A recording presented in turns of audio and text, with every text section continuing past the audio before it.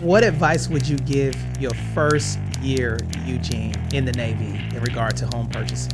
My first year, if I could do it all over, when I first came in, I was stationed in Japan. I would have saved money up about 1% EMD, depending where I was going, and then I would have purchased either a single family or multi-unit. Being in the military, we all got buddies, and we all gonna get paid BAH. So what I could have did was got a couple of guys. Like I said, I got a 2 or 3 unit. I don't live in the other 2. I live in one, and then as I keep making rent, keep purchasing more property. That's good. And I'm gonna tell y'all something. Guess what? I have an announcement to make. Breaking news, breaking news. This is Eugene's first podcast. Believe it or not, guys. How's he doing? He's doing outstanding, bro. You're a natural. Most people be like, and the cat and the dog, but it seems like you're actually pretty comfortable.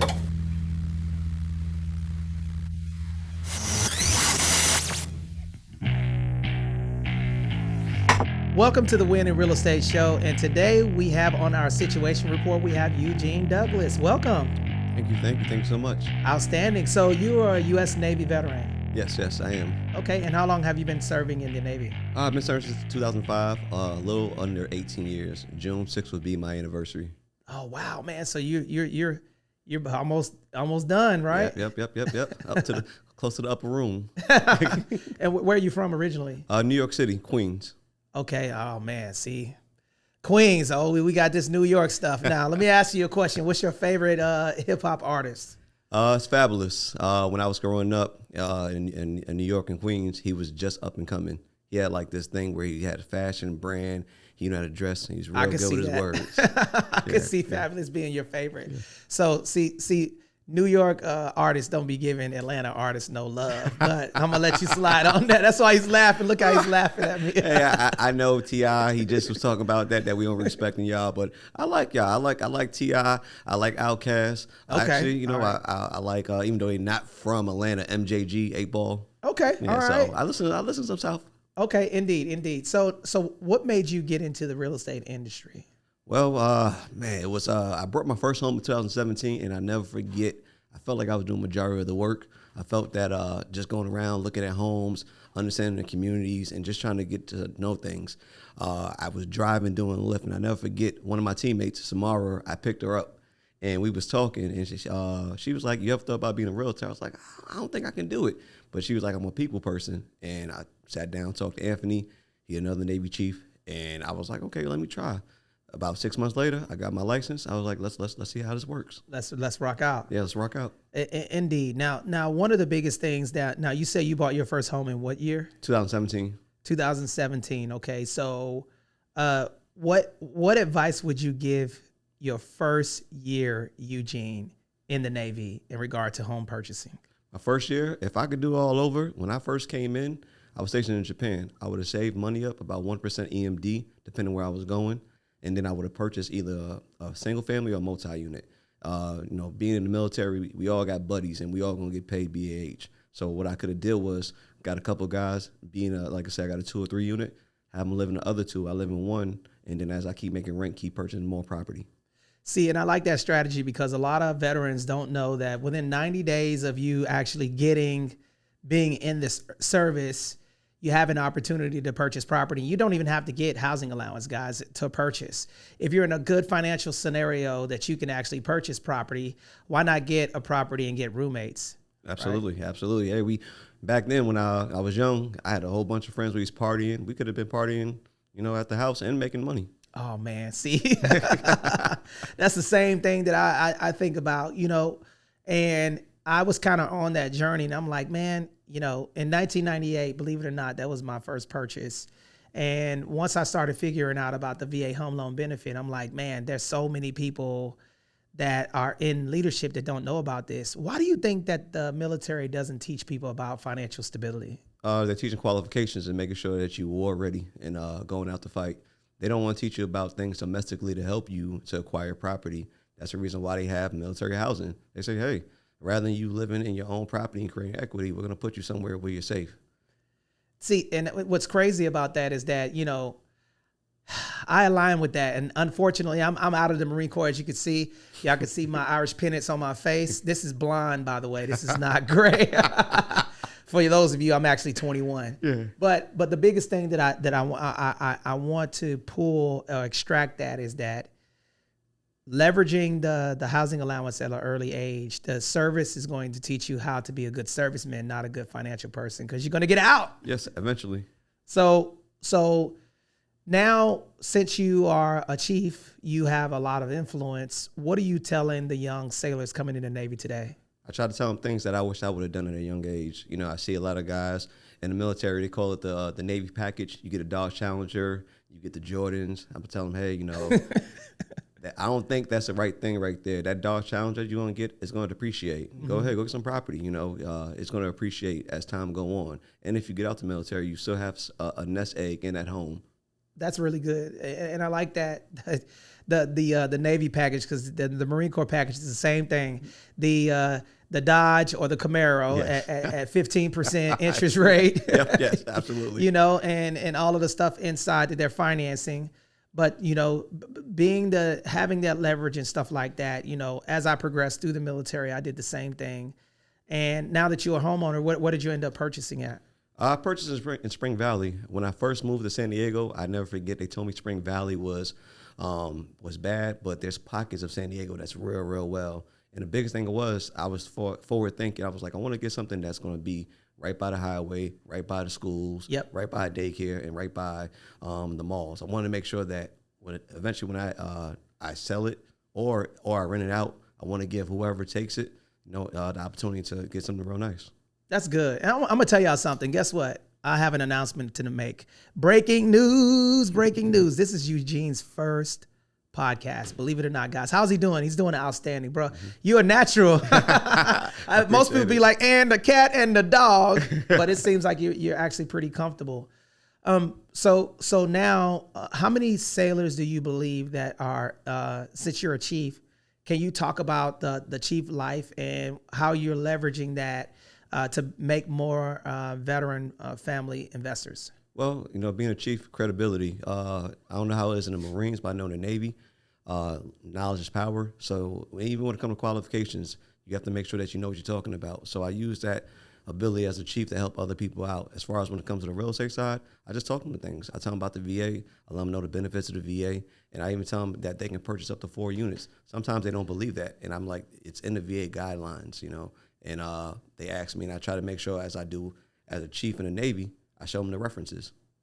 Now, also, that's good. And also, you're a father, right? So how do you balance being a real estate professional and a Navy chief? Because chief requires a lot of responsibilities. Yeah, well, as a father, the biggest thing that I do, my kids, they actually go with me. They go to open houses. They actually take pictures. They like my cameraman. I'm already getting them ingratiated into this process, and hopefully that they do the same thing in the career. Because I felt like if I had known about this when I was 18, oh man, it'd have been game over. You probably would not be in the Navy. I probably would not be in the Navy. That's good, man. And earlier today we were talking about life insurance and things of that nature.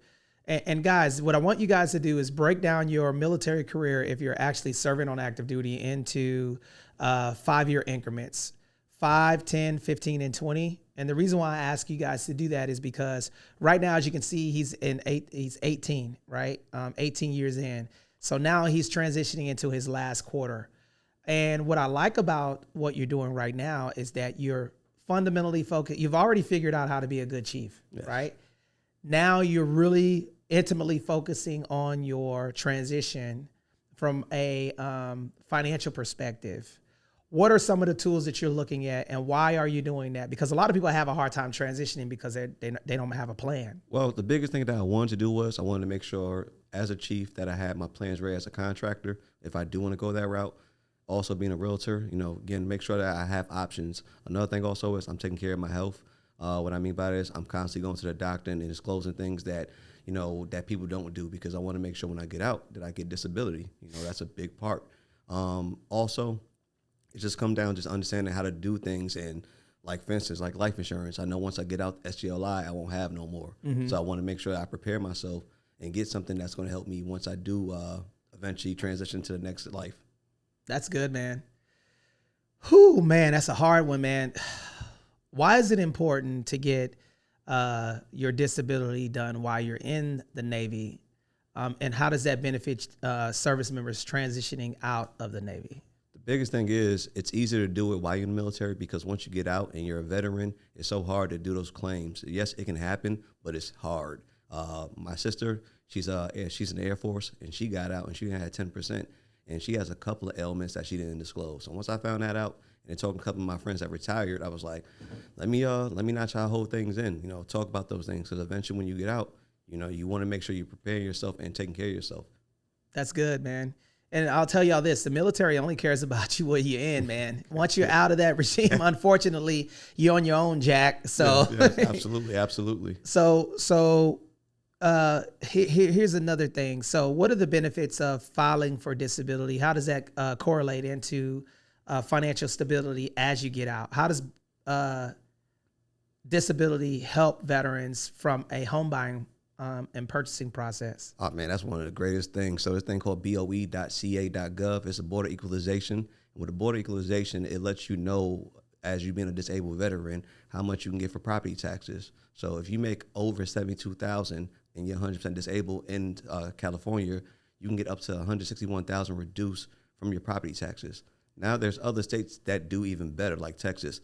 You don't pay property tax in Texas if you're 100%. But these are the things that you need to know as a disabled veteran. That's a bar right there. I hope y'all picked that one up. So disability, and to be complimentary to what Eugene just said, is that disability rating also waives your VA funding fee. Yes. Okay.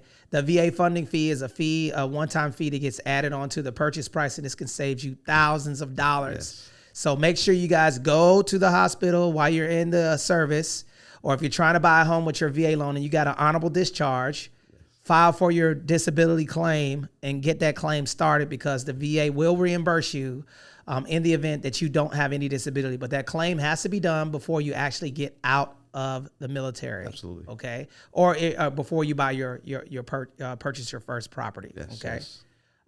So now that what are some of the common mistakes that you see other agents doing that don't have a VA loan experience versus you as a VA certified expert? So one of the things never forget, when I first started, we was going over training, and I never forget, you talk about this one word. It was called concessions. Yep. Yes. And with concessions, under the VA guidelines, you got to know about it, the 4% rule. And when it comes to the negotiating, because that's what we do, we negotiate for our clients, you want to make sure you give them the best they can get, such as rate buy downs or even paying their debts off. A lot of clients of mine don't know they can pay their debts off with concessions. So when I do submit an offer, I make sure I keep that word in there, and then we negotiate for that. That's good, because so most agents, what they like to do is reduce the price of the property versus getting that money towards closing costs and concessions. And essentially what Eugene is saying is that if you had debt and you got credit from the seller selling their property, that money could be used to lower the person's debt to income ratio by paying off their credit cards or whatever they have. That's good. Now, I do have a couple of other questions. What is the hardest thing that you've learned when becoming a VA certified realtor? Like getting into that industry, how were you able to get in and just start going? What advice would you give someone looking to become a real estate agent in the military? I would say take your emotions, go ahead, put it in a little box, throw it away, because what's going to happen is there's going to be times you're going to get emotional, and one thing that my team talks about, you only got 5 minutes. So that means is go complain, do what you got to do, and get back up, because as a realtor, you help a lot of people out, and some of your closest friends, what happens is they'll go with other realtors, but then they'll ask you, hey, how do I do this? How do I do that? And you done gave them all the information, and now somebody else has your commission because you help them out. So that's the biggest things. And just keep on going. Don't be scared. There's glory in struggle. Take the struggle and learn from it. That's good. And that's kind of how I had a hard time. There's a lot of people that are moving out here that are realtors that only care about the money. And as you heard, most real estate professionals don't like to negotiate either. So I think that's a very, very important piece, because most people just want to get the money from the sale. But earning the relationship is kind of like what we embody over here, the Renew team at RE/MAX Liberty and the Veteran Homeowners Club and Winning Real Estate, is that we focus on getting the client the best possible deal. Man, this has been really good, man. It's been a good. Thank you for finishing your first podcast. I do have a question. What advice would you give someone looking to buy real estate today that's a veteran? Right now, I would say this is a perfect time. And I know people saying no because of the rates, but those less buyers you have to worry about. You go ahead, you buy right now, and then what happens is when the rates go down, you get the refinance. You got the EARL program or the EARL loan, and that's a great loan. I mean, not great loan, great tool to refinance, but I would say buy now. Absolutely. So can you unpack the interest rate reduction refinance loan? Can you tell people how it works? What it does is reduces your mortgage. Also, it doesn't require an appraisal or income verification. Oh, that's crazy, man. So one of the biggest things about the interest rate reduction refinance loan is it doesn't require for the property to be at value. So that means that any other loan, FHA and conventional, as you guys are refinancing, guess what? Listen to me. When you do a refinance, you cannot refinance because the property does not appraise. The VA loan is the only loan that Eugene just said about, the interest rate reduction refinance loan. It doesn't matter what the market is doing. You can lower your monthly payment and get a better interest rate based off that initial loan. And that is the power of the VA home loan benefit. Eugene, yes. Magnificent podcast. We're happy to have you on the team. Here's a question. So Eugene, how can people reach out to you? They can reach me on Instagram at the Eugene Douglas, or if they need to get in contact with me, they can reach me at 858-224-1089. Outstanding. And guys, you can reach me at anthonysocial.com where we help you win in real estate. This has been a phenomenal room. And so guess what? Breaking news. We just reached 7,000 members in our clubhouse room and 2,000 subscribers to our YouTube channel. So we want to say thank you. Make sure you hit that like and subscribe to our YouTube channel where we help you win in real estate. All right, go out there and be awesome. Have a great day.